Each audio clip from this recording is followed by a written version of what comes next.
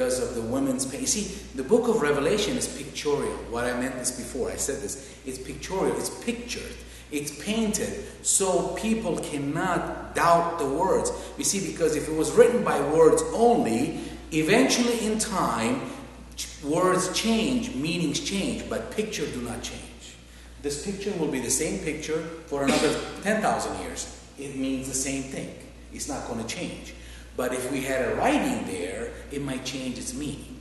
But a picture will not. So the Lord is picturing us a picture so we can understand it in picturesque way. So it's giving us birth pains. Birth pains were the same from the beginning of Adam and Eve until now, and it's still going to be even ever before later. So the birth pains, anybody who had a birth understands how it works. So the reason he's mentioning it here, a woman with a child, as God's promise from the beginning in Genesis, God told her, the woman that a deliverer will come from you. You see, God told Eve that a deliverer, you are going to bear a child who is going to be a deliverer, and he is going, which is going to be the Messiah, and he is going to crush Satan's head. The serpent's head, it says in Genesis. God said that to who? To Eve, way in the beginning. See, God has no time. God is infinite. So his time, when he says something, it's now. It could be, 1,000, 2,000, 3,000 man years or us in earth. But in his timing, he's saying it right now.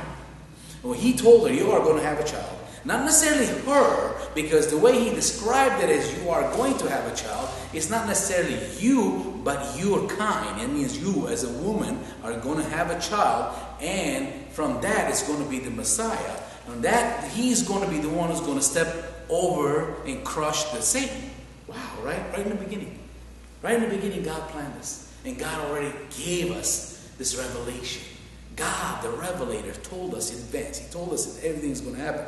But it's going to be a very hard time when he's being born. That's another thing. When he says in rapid repetitious, it's this growing, the pain of because she's pregnant and the pain.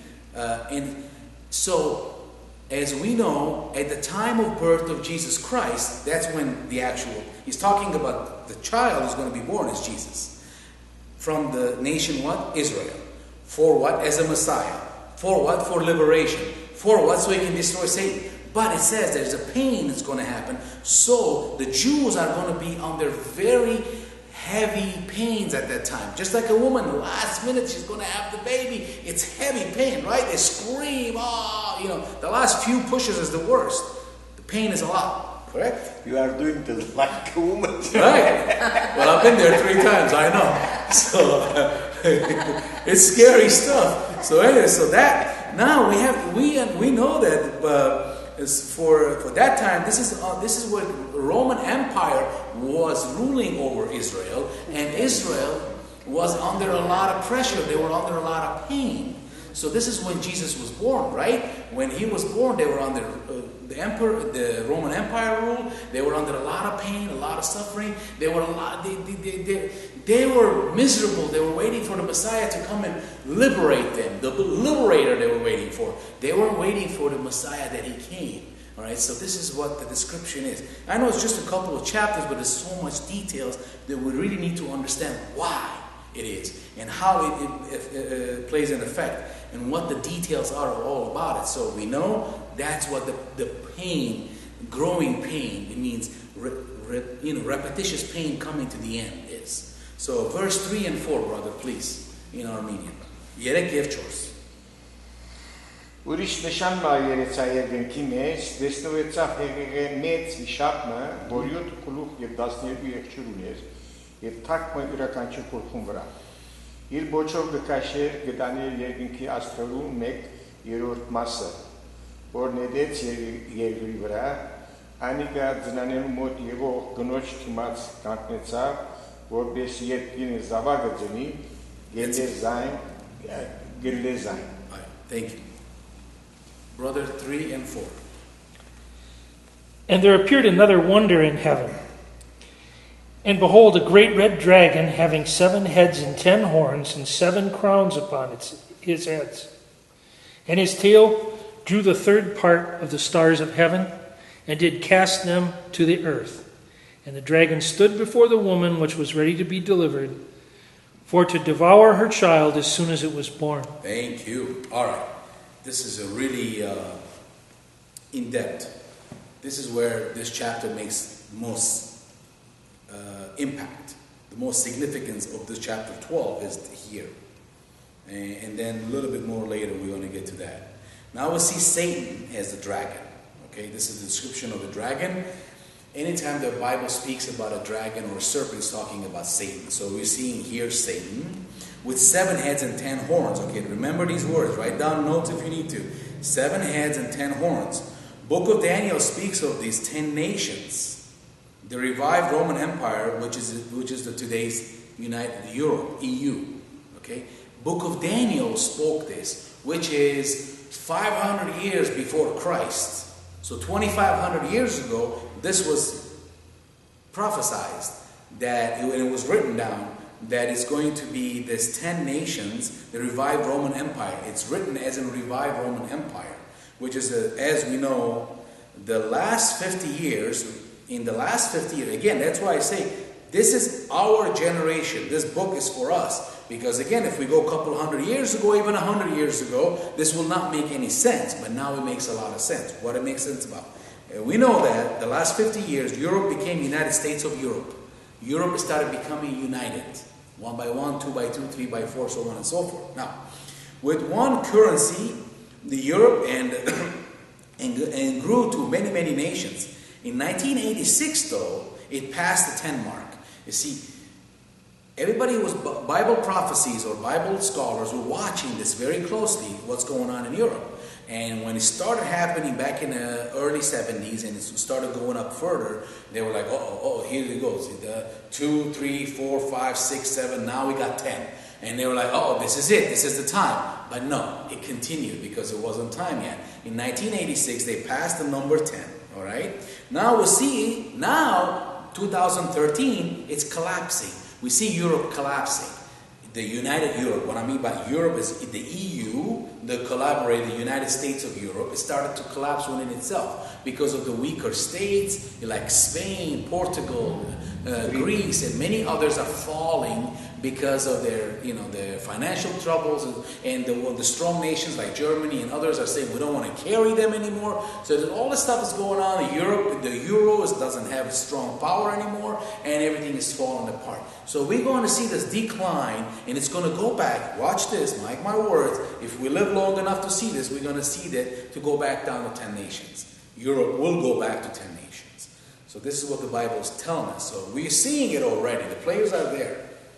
All right, let's continue. Now, the 10 nations are united, and the Antichrist, okay, the president, he will be the president of all of them.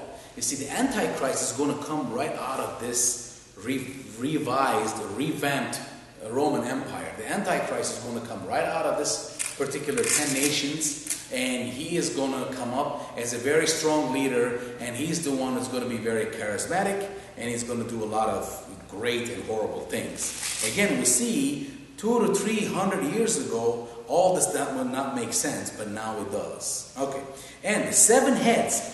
What are the 7 heads? Those are the 7 empires who ruled over the nation of Israel.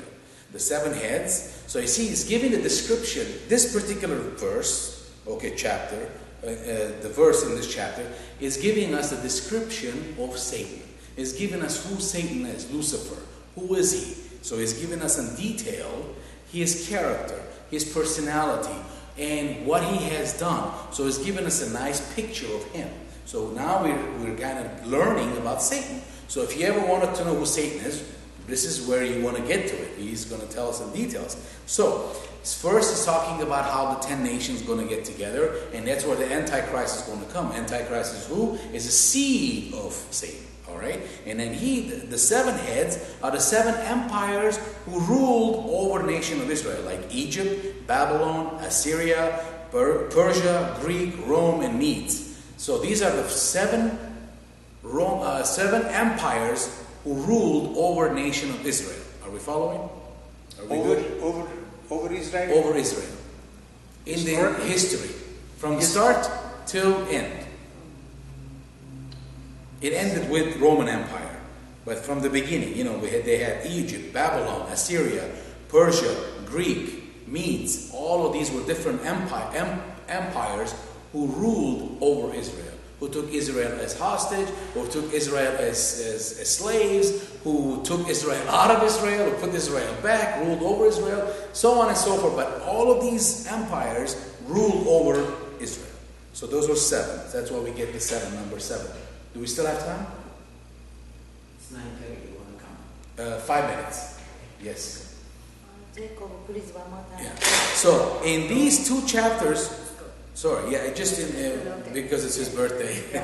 In these 2 chapters, we are going to see the unholy Trinity. The unholy Trinity. Okay. We have the Holy Trinity. Father, Son, and the Holy Spirit. Yes. Amen? Satan has the unholy Trinity. Yeah, Luciferian. They're very holy. Yeah, they're organized community. They're organized organization. They work very hard to be very good at what they do. And they have the unholy Trinity. Who's the unholy Trinity? The dragon, which is the Satan, the beast, which is the Antichrist, and the false prophet, which is a propaganda. Okay, so they have the unholy Trinity, which we are going to see in the next few chapters. All of them come into the picture. Those are the 3 characters of Satan, all coming in one. Just like 3 characters of God, Father, Son, and the Holy Spirit. Now we see the unholy 3. Okay? Any questions on this one? So, we see in the verse 4 the personality of the dragon, which we see how Lucifer, he rebelled against God.